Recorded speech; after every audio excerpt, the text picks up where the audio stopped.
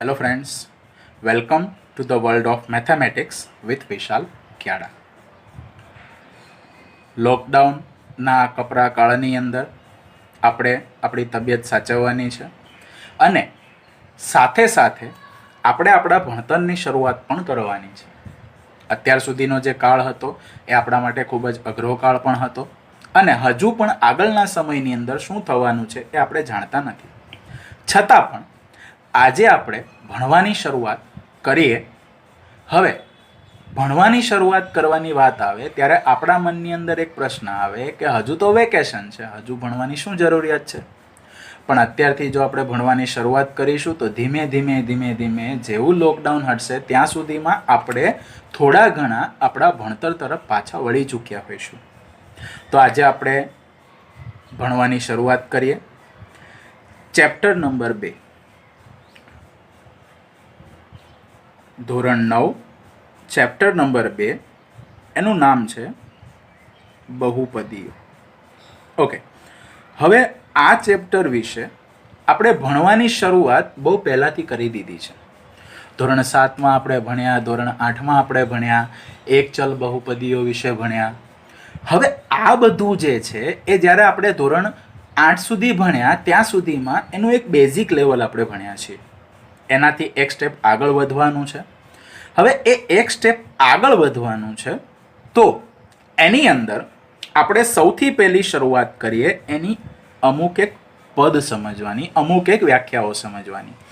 તો બહુપદીઓની અંદર સૌથી બેઝિક પદ છે ચલ. હવે સૌથી બેઝિક પદ ચલ એટલા માટે છે કારણ કે ચલ વગર બહુપદી બને જ નહીં. તો ચલ કોને કહેવાય? તો ભિન્ન કિંમતો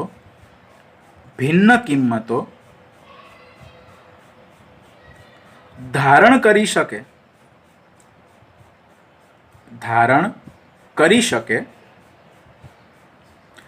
તેવી સંજ્ઞાને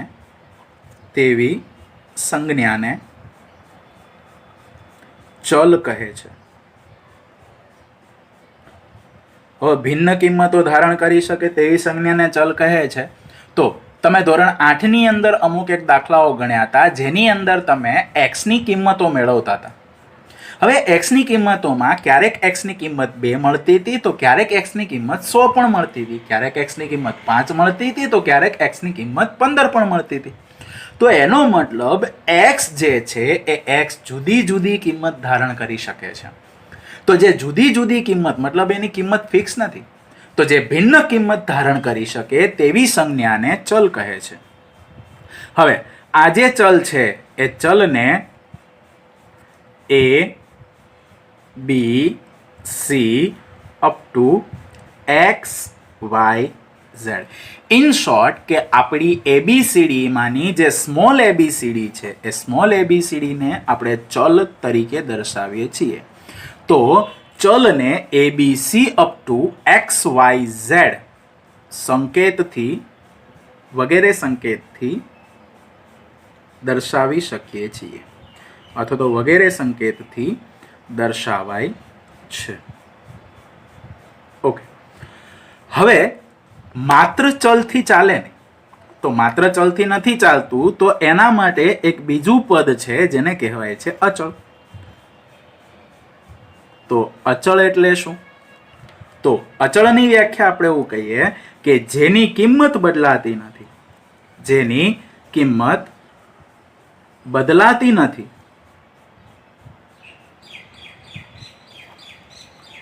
તેને અચળ કહે છે. તેને અચળ કહે છે. ઓકે, હવે એની કિંમત બદલાતી નથી તો તમે જોઈ શકો છો કે જેટલી પણ સંખ્યાઓ છે, ધારો કે હું એમ કહું કે 100, તો 100ની કિંમત 100 જ રહેવાની છે, એની કિંમત ક્યારેય પણ 1000 થાય નહીં. તો એનો મતલબ એવો થયો કે બધી જ સંખ્યાઓ, હવે આ બધી જ સંખ્યાઓની જગ્યાએ આપણે બધી જ વાસ્તવિક સંખ્યાઓ લખીએ. તો બધી જ વાસ્તવિક સંખ્યાઓ અચળ હોય છે, એની કિંમત ફિક્સ છે. તો બધી જ વાસ્તવિક સંખ્યાઓ જે છે એ અચળ છે. હવે ચલ અને અચળ બંનેને જો આપણે ભેગા કરીએ તો ચલ અને અચળને ભેગા કરવાથી મળશે બેઝિક પદાવલીઓ. તો ચલ અને અચળને ભેગા કરવાથી મળે છે બેઝિક પદાવલીઓ. તો બેઝિક પદાવલી એટલે શું? એના માટેની આપણે વ્યાખ્યા લખીએ. તો ચલ અને અચળને સરવાળા, બાદબાકી, ગુણાકાર કે ભાગાકારની ક્રિયાથી સાંકળતી અથવા તો સાંકળતા મળતી અભિવ્યક્તિને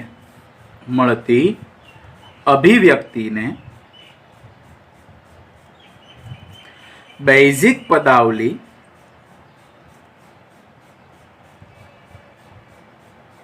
કહે છે. એનો મતલબ કે ચલ અને અચળ બંનેને જો સાંકળી દઈએ તો બંનેને સાંકળવા માટે આપણી પાસે 4 મુખ્ય ક્રિયાઓ છે: સરવાળા, બાદબાકી, ગુણાકાર અને ભાગાકાર. તો જો એને સરવાળા, બાદબાકી, ગુણાકાર, ભાગાકાર વડે જોડી દઈએ છીએ તો આપણને મળે છે બેઝિક પદાવલી. હવે એના ઉદાહરણ જોઈશું એટલે આપણને વધારે ખ્યાલ આવશે. તો ઉદાહરણ તરીકે ધારો કે આપણી પાસે ચલ છે x અને અચળ છે 2. જો બંનેની વચ્ચે હું ગુણાકારની નિશાની મૂકી દઉં તો 2x બંને ગુણાકારમાં થઈ ગયા. તો બંને ગુણાકારમાં છે તો આ બની ગયું બેઝિક પદાવલી. એ જ રીતે ધારો કે હું ચલ લઈ લઉં છું m અને અચળ છે 5. હવે બંનેની વચ્ચે હું ભાગાકાર મૂકી દઉં તો આ પણ શું થઈ જશે? બેઝિક પદાવલી. 2 ક્રિયાઓ એક સાથે પણ થઈ શકે. ધારો કે હું ચલ લઉં છું x, એક અચળ તરીકે 2 છે, બીજા અચળ તરીકે 7 છે. જો હું બંનેની વચ્ચે પ્લસ નિશાની મૂકી દઉં તો આ પણ થઈ જશે બેઝિક પદાવલી. એ જ રીતે હું 2 ચલ લઉં છું, એક છે 8, બીજો છે 3. 2 અચળ લઈ લઉં છું અને એક ચલ લઈ લઉં ચલ તરીકે y લઉં. બંનેની વચ્ચે નિશાની મૂકી દઉં માઇનસ, તો 8 - 3y આ થઈ જશે બેઝિક પદાવલી. એનો મતલબ કે ચલ અને અચળને એકબીજાની સાથે સરવાળા, બાદબાકી, ગુણાકાર, ભાગાકાર વડે આપણે જો સાંકળી દઈએ તો મળતી જે અભિવ્યક્તિ છે એ અભિવ્યક્તિને બેઝિક પદાવલી કહે છે. ઓકે, એના પછી એક સ્ટેપ આગળ વધીએ. હવે એની અંદર આ બેઝિક પદાવલીઓ જે છે એ બેઝિક પદાવલીઓની અંદર આપણે જે અચળ મૂકીએ છીએ એને જ્યારે ગુણાકાર સ્વરૂપે મૂકીએ ત્યારે એનાથી આપણને જે પદ મળે છે એને કહેવાય છે સહગુણક. હવે સહગુણક આની કોઈ ચોક્કસ વ્યાખ્યા નથી, પણ સમજવા માટે જો આપણે આ શબ્દને છૂટો પાડીએ, સહ વત્તા ગુણક, સહ એટલે સાથે, ગુણક એટલે ગુણાયેલ. તો સહગુણક એટલે સાથે ગુણાયેલ. હવે સાથે ગુણાયેલ જે પદ હોય એને આપણે કહીશું સહગુણક. ઉદાહરણ દ્વારા સમજવાનો પ્રયાસ કરીએ. તો ધારો કે આપણે ઉદાહરણ લઈએ. એ ઉદાહરણની અંદર હું એક બેઝિક પદાવલી લઉં છું 2x. હવે આ જે 2x છે એમાં કોઈ મને એમ પૂછે કે x નો સહગુણક શું? તો અહીંયા 2x માં x નો સહગુણક, x નો સહગુણકનો મતલબ થાય સાથે ગુણાયેલ. તો x ની સાથે ગુણાયેલ છે 2, તો x નો સહગુણક 2 છે.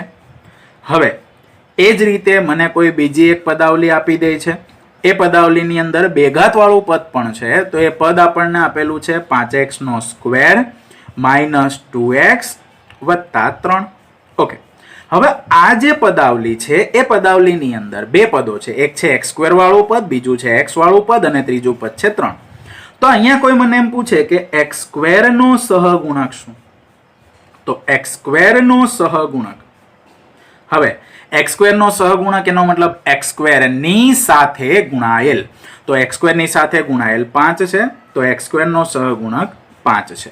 અને એમાં કોઈ એવો પ્રશ્ન પૂછે કે x નો સહગુણક શું? તો x નો સહગુણક, હવે x ની સાથે ગુણાયેલ 2 છે પણ એની આગળ નિશાની માઇનસ છે. તો જ્યારે નિશાની માઇનસ હોય ત્યારે માઇનસને પણ સાથે લખવી પડે. તો x નો સહગુણક -2 છે. તો આ થઈ ગયું સહગુણક. હવે આ સહગુણક જે છે એ સહગુણકને સાથે લઈને હવે આપણે આ જે બેઝિક પદાવલી લખી એ બેઝિક પદાવલીની અંદર તમે જોઈ શકો છો કે એક જ પ્રકારનો ચલ છે. તો એ એક જ પ્રકારનો ચલ હોવાથી હવે પછીનું જે આપણો નેક્સ્ટ પદ જે આપણે સમજવાનું છે એ છે એક ચલ બહુપદી. હવે એક ચલ બહુપદી એટલે શું? તો નામ ઉપરથી જ આપણને ખબર પડે છે કે એની અંદર ચલ એક જ પ્રકારનો હશે. પણ એક જ પ્રકારનો ચલ હોય છતાં એનું વ્યાપક સ્વરૂપ શું છે એ જાણીને આપણે એની વ્યાખ્યા આપીશું. તો સૌથી પહેલા તો એનું વ્યાપક સ્વરૂપ.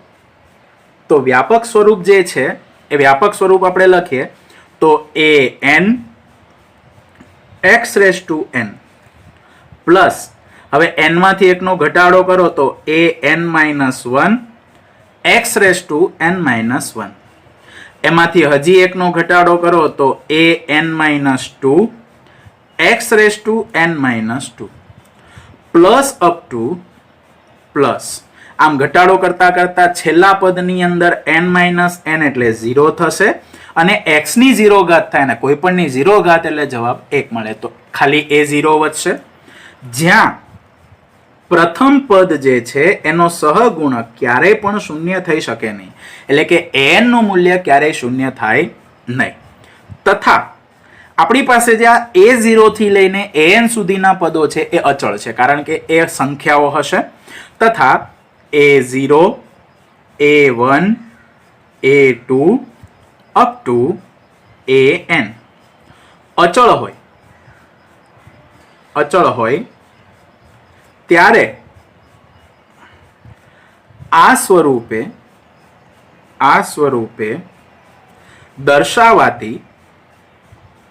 દર્શાવાતી બેઝિક પદાવલીને ચલ x માં બહુપદી કહે છે. જ્યાં n પૂર્ણ સંખ્યા છે. પૂર્ણ સંખ્યાનો મતલબ તમે આગળના ધોરણમાં ભણીને આવ્યા હશો અથવા તો ભણવાના છો. પૂર્ણ સંખ્યાનો મતલબ 1 2 3 4 5 6 આવી રીતે અનંત સુધીની સંખ્યાઓ એને કહેવાય પૂર્ણ સંખ્યાઓ. તો એ પૂર્ણ સંખ્યાઓ છે. હવે આની અંદર તમે વ્યાખ્યાની અંદર જે શરૂઆતનું પહેલું પદ લખ્યું એટલે કે an x raise to n an minus 1 x raise to minus 1 એ એક ચલપદીનું વ્યાપક સ્વરૂપ છે. વ્યાપક સ્વરૂપનો મતલબ કે આની અંદર તમે n બરાબર જો 1 લેશો તો એનું જુદું પ્રમાણ મળશે, n બરાબર 2 લેશો તો જુદું સ્વરૂપ મળશે. પણ એક વ્યાપક સ્વરૂપમાં આપણે આવી રીતે એને લખી શકીએ છીએ. વ્યાપક સ્વરૂપ એટલે એની અંદર n ની જુદી જુદી કિંમત મૂકવાથી આપણને જુદી જુદી બહુપદી મળે છે. ઓકે, હવે આ જે બહુપદી છે એ બહુપદીની અંદર સામાન્ય રીતે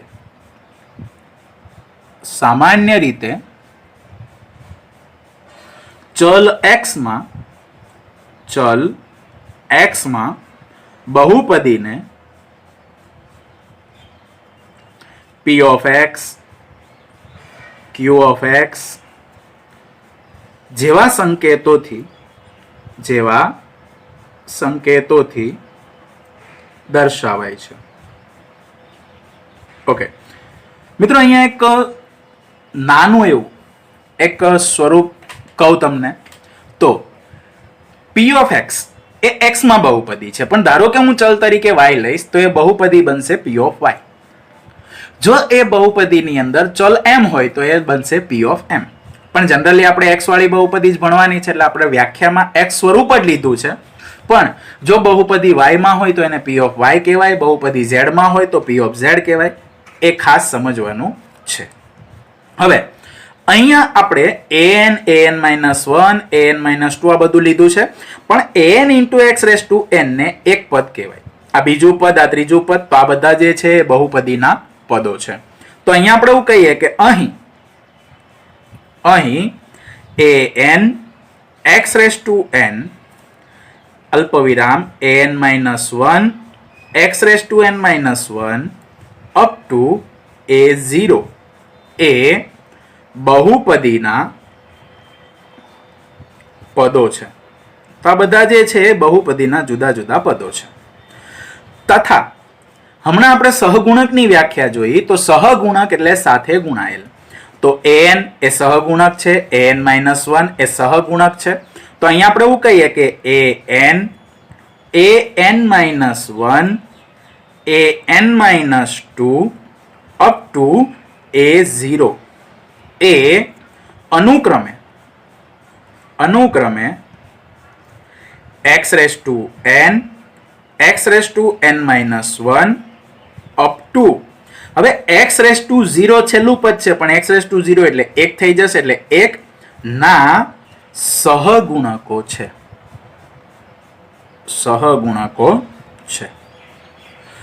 હવે જ્યારે પણ આપણે બહુપદીને એના વ્યાપક સ્વરૂપમાં લખીએ છીએ ત્યારે સૌથી મોખરે આવનારું પદ છે an(x) રેસ ટુ n. તો વ્યાપક સ્વરૂપમાં x raise to n A x નો મહત્તમ ઘાતાંક છે. મહત્તમ ઘાતાંકનો મતલબ સૌથી મોટી ઘાત હશે, પછીની ઘાતો એક એક ઘટતી જશે. તો એ સૌથી મોટી ઘાત છે. તેથી an x raise to n ને બહુપદીનું અગ્રપદનો મતલબ સૌથી મોખરે વાળું પદ, અને એનો જે સહગુણક છે એટલે કે x રેસ ટુ n નો સહગુણક an થશે. તો an ને અગ્ર સહગુણક કહે છે. તો આ થઈ ગઈ એક ચલ બહુપદીની થોડીક વાતો. હવે આ એક ચલ બહુપદીને આપણે ઉદાહરણ દ્વારા સમજવી છે. તો આપણે ઉદાહરણ લઈ લઈએ. તો ઉદાહરણ દ્વારા ધારો કે આપણે એવું જોઈએ તો ઉદાહરણ તરીકે p ઓફ x બરાબર, હવે p ઓફ x નો મતલબ થાય x માં બહુપદી છે, તો p ઓફ x બરાબર 8x નો square minus 5x plus 3. Okay, હવે આમાં તમે જોઈ શકો છો પહેલા પદની ઘાત 2 છે, પછી એક ઘટાડો થયો એટલે 2 માંથી 1 થઈ અને 1 માંથી 0 થઈ. તો આવી રીતે આ એના વ્યાપક સ્વરૂપમાં રહેલું છે. હવે જો હું y માં બહુપદી લખું તો q ઓફ y બરાબર 9y નો ઘન પ્લસ 7y નો સ્ક્વેર માઇનસ 8y માઇનસ 5. તો આમાં તમે જોઈ શકો છો મહત્તમ ઘાતાંક 3 છે, અગ્રપદ 9y નો ઘન છે, એનો સહગુણક 9 એટલે અગ્ર સહગુણક 9 છે. તો આની અંદર 3, 2, 1 અને 0 થશે. તો આ થઈ ગઈ એક ચલ બહુપદી. ઓકે, એના પછી નવું પદ આપણે સમજવાનું છે. એ નવું પદ છે મહત્તમ ઘાતાંક. હવે મહત્તમ ઘાતાંક જે છે એને બહુપદીની ઘાત કહેવાય છે. તો આપણું નવું પદ છે બહુપદીની ઘાત. હવે બહુપદીની ઘાત એટલે શું? તો બહુપદીની ઘાત એટલે હમણાં આપણે જે શબ્દ વાપર્યો મહત્તમ ઘાતાંક, તો અહીંયા આપણે એવું કહીએ કે બહુપદીના ચલના મહત્તમ ઘાતાંકને બહુપદીની ઘાત કહે છે. બહુપદીની ઘાત કહે છે. ઓકે, હવે ઉદાહરણ દ્વારા એને સમજવાનો પ્રયાસ કરીએ. તો ઉદાહરણ તરીકે આપણી પાસે એક બહુપદી છે p ઓફ x બરાબર 8x નો સ્ક્વેર માઇનસ 9x અને પ્લસ 7. હવે 8x નો સ્ક્વેર માઇનસ 9x પ્લસ 7 છે. હવે આ બહુપદીમાં x ની મોટામાં મોટી ઘાત, તો x ની 2 ઘાત, x ની 1 ઘાત, x ની 0 ઘાત, તો સૌથી મોટી ઘાત 2 છે. તો આ બહુપદીમાં મહત્તમ ઘાતાંક કેટલો છે? 2 છે. તો મહત્તમ ઘાતાંક 2 છે, માટે બહુપદીની ઘાત 2 છે. ઓકે, એના જેવું જ બીજું એક ઉદાહરણ આપણે જોઈએ. એની અંદર આપણને આપેલું છે q ઓફ y બરાબર 9y4 plus 7y² plus 8y -5. હવે આ બહુપદીની અંદર આપણે જો વાત કરીએ તો બહુપદી y માં છે. હવે અહીંયા y4 y2 y1 અને y0 છે.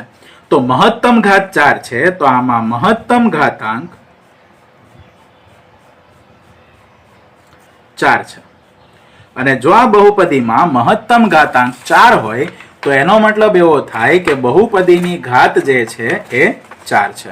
તો અહીંયા આપણે એવું કહીએ કે માટે બહુપદીની ઘાત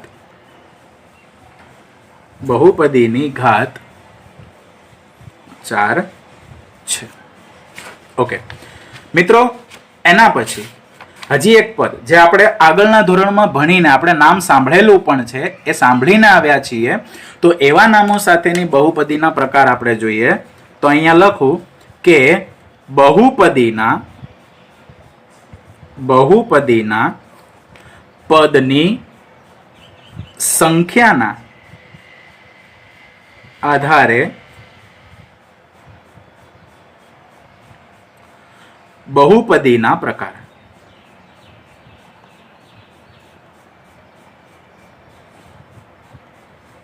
હવે બહુપદીના પદની સંખ્યાના આધારે બહુપદીના પ્રકાર લખીએ તો જો એક પદ હોય તો એકપદી કહેવાય, બે પદ હોય તો દ્વિપદી કહેવાય, જે આપણે આગળના ધોરણમાં શીખીને આવ્યા છીએ.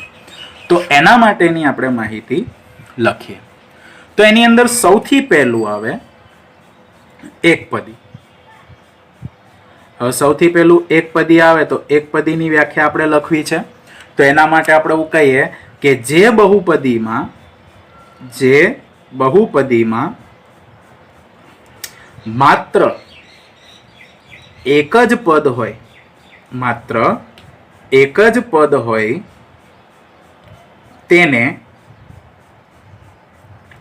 એકપદી કહે છે. હવે માત્ર એક પદ છે તો એને એકપદી કહેવાય. તો ધારો કે આપણે એના ઉદાહરણ લઈએ તો ઉદાહરણ તરીકે હું એમ કહું કે p of x બરાબર 3x. તો પદ એક જ છે. આ એક પદ એટલા માટે કારણ કે આમાં પ્લસ માઇનસ વાળું કોઈ છે નહીં, માત્ર ગુણાકાર છે. તો આ એક પદ છે. એ જ રીતે આપણે એવું કહીએ કે p of y બરાબર 8y. તો માત્ર એક જ પદ છે.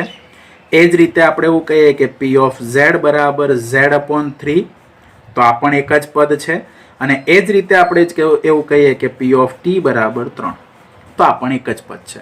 તો આ બધી જે બહુપદીઓ છે એ બહુપદીઓ એકપદી છે. ઓકે, એના પછી બીજી વ્યાખ્યા જોઈએ તો એ છે દ્વિપદી. હવે દ્વિપદી કોને કહેવાય? નામ ઉપરથી જ ખબર પડી જાય કે જે બહુપદીમાં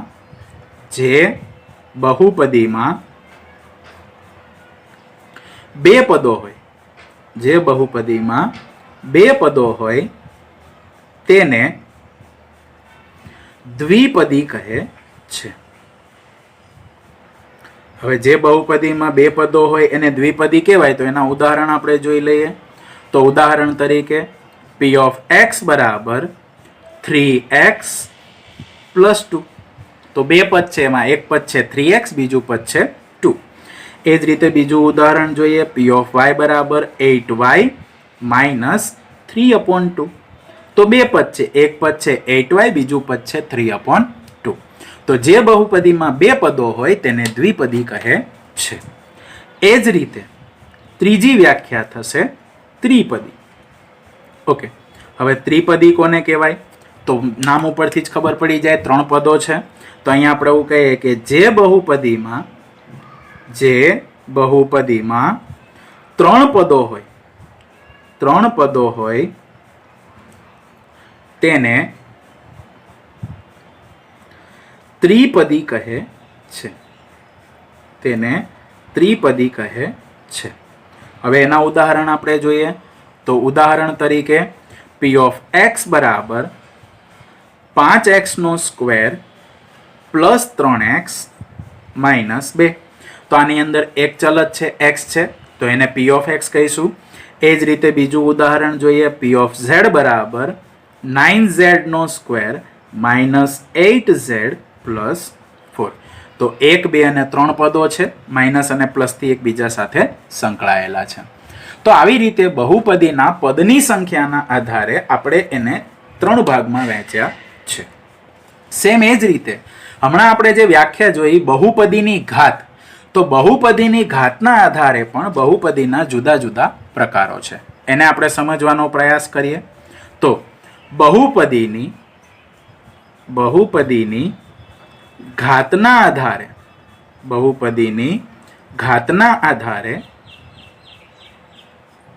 બહુપદીના પ્રકાર.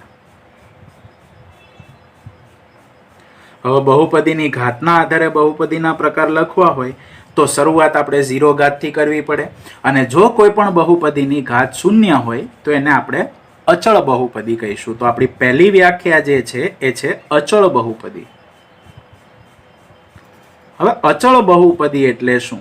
એની વ્યાખ્યામાં આપણે જે બોલ્યા એ જ આપણે લખવાનું છે. જે બહુપદીની ઘાત 0 હોય, તેને અચળ બહુપદી કહે છે. હવે જે બહુપદીની ઘાત 0 હોય તેને અચળ બહુપદી કહેવાય. તો એનું વ્યાપક સ્વરૂપ કેવી રીતે એને આપણે દર્શાવી શકીએ?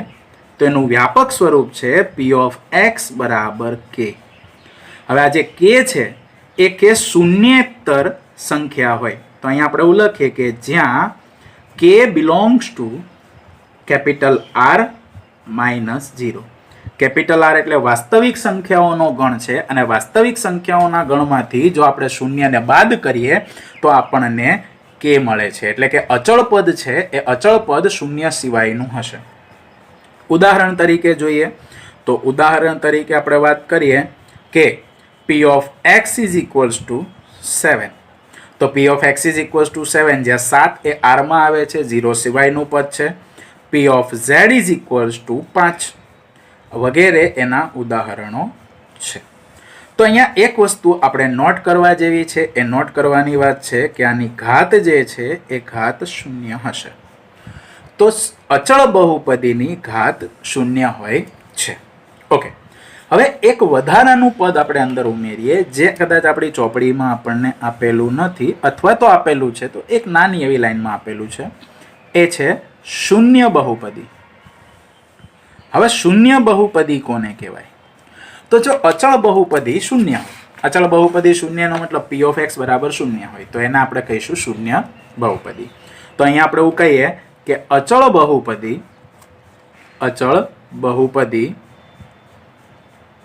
શૂન્યને શૂન્ય બહુપદી કહે છે.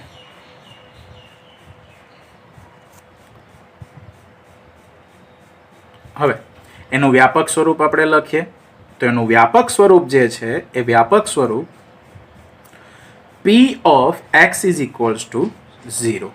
એનું ઉદાહરણ પણ એ જ આવશે. ઉદાહરણ તરીકે p of x is equals to 0. આની જે ઘાત છે એ ઘાત અવ્યાખ્યાયિત છે.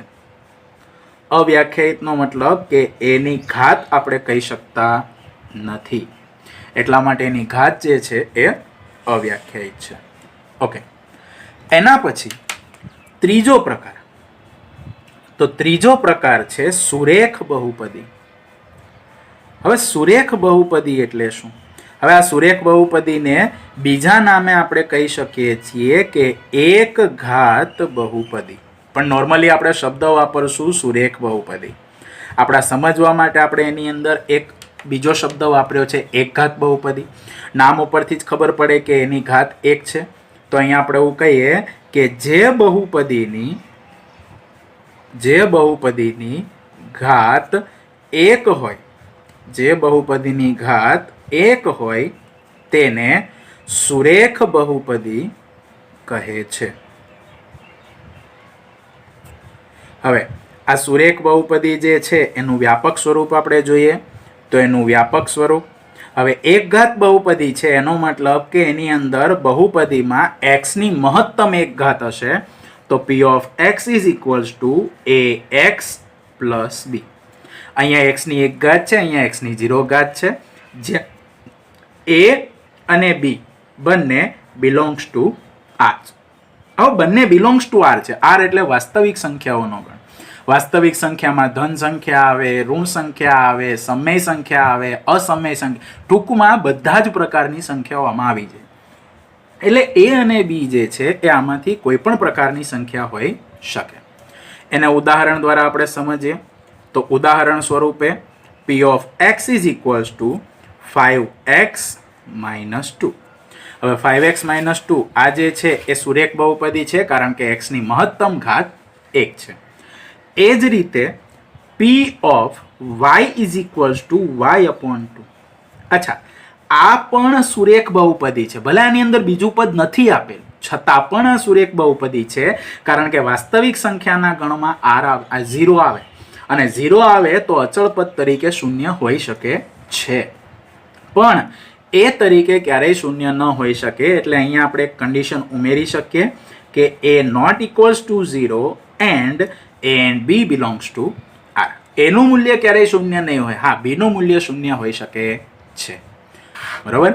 આની ઘાત જે છે એ ઘાત આપણને મળશે 1. તો આની ઘાત 1 છે. ઓકે. એના પછી પ્રકાર નંબર 4. હવે ચોથો પ્રકાર જે છે એ ચોથો પ્રકાર છે દ્વિઘાત બહુપદી. હવે દ્વિઘાત બહુપદી એટલે શું એને આપણે સમજવાનો પ્રયાસ કરીએ. નામ ઉપરથી જ એનો ગુણ છે.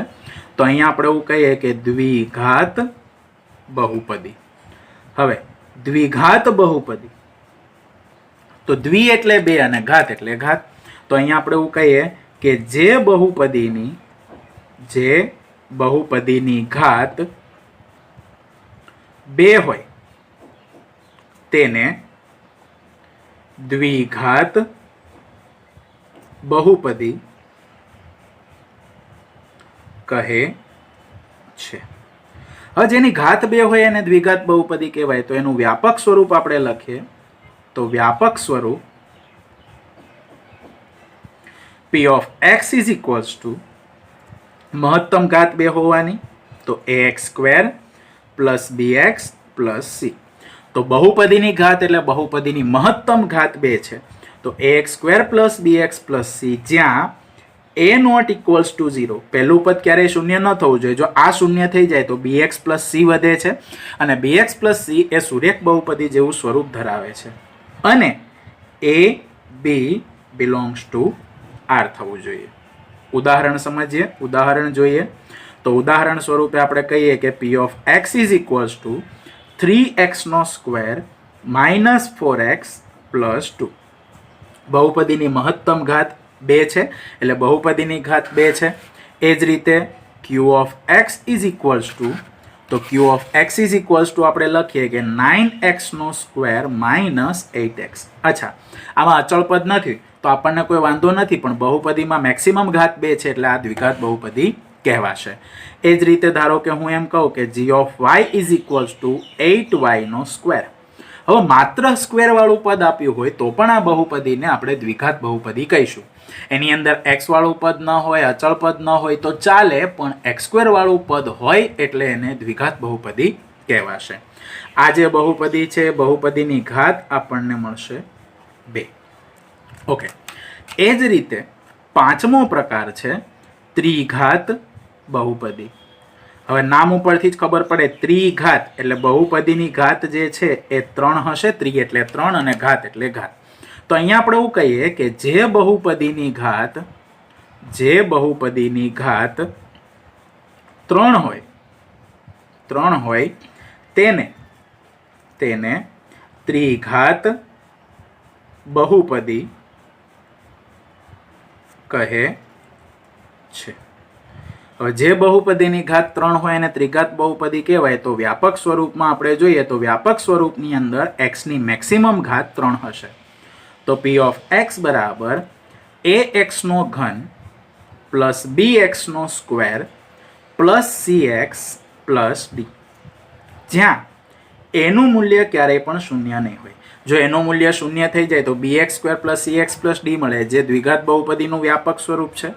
અને a b c d belongs to r થશે. અહીંયા a b c belongs to r થશે. આના ઉદાહરણ દ્વારા આપણે એને સમજવાનો પ્રયાસ કરીએ.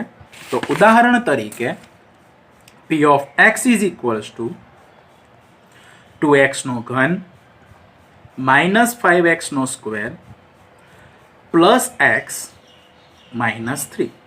તો મહત્તમ ઘાત 3 છે એટલે ત્રિઘાત બહુપદી છે. q of x = 2x³ + x - 3. તો એની અંદર પણ x ની મહત્તમ ઘાત 3 છે.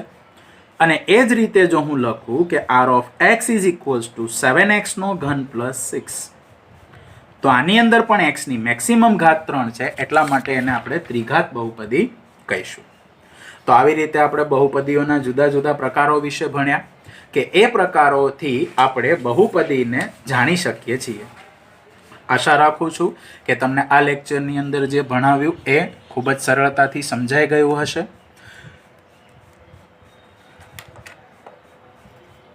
વધારેમાં વધારે આની પ્રેક્ટિસ કરીને વધારેમાં વધારે તમે આને સમજી શકો છો. હવે જો તમે આ વિડીયોઝને મેળવવા માંગતા હોય, આ વિડીયોઝ એટલે કે જ્યારે પણ હું વિડીયો અપલોડ કરું ત્યારે તમે આ વિડીયોઝને મેળવવા માંગતા હોય તો મારી ચેનલને સબસ્ક્રાઈબ કરી લો અને બેલ આઇકનને ક્લિક કરો, જેથી પણ હું જ્યારે વિડીયો અપલોડ કરું છું ત્યારે તમને જલ્દીમાં જલ્દી વહેલામાં વહેલી તકે એની નોટિફિકેશન તમને મળતી રહે. સાથે સાથે વિડીયોને લાઇક અને શેર કરવાનું ભૂલતા નહીં, જેથી કરીને તમારા મિત્રો વર્તુળ અને તમારા સગા સંબંધીઓ પણ આ વિડીયોઝનો લાભ લઈને ગણિતનો અભ્યાસ કરી શકે. ધન્યવાદ. જય હિન્દ, જય ભારત. અને કોરોનાના આ મહામારીની અંદર, લોકડાઉનના આ કપરા કાળની અંદર તમે તમારા સ્વાસ્થ્યને સાચવો એવી જ શુભકામના.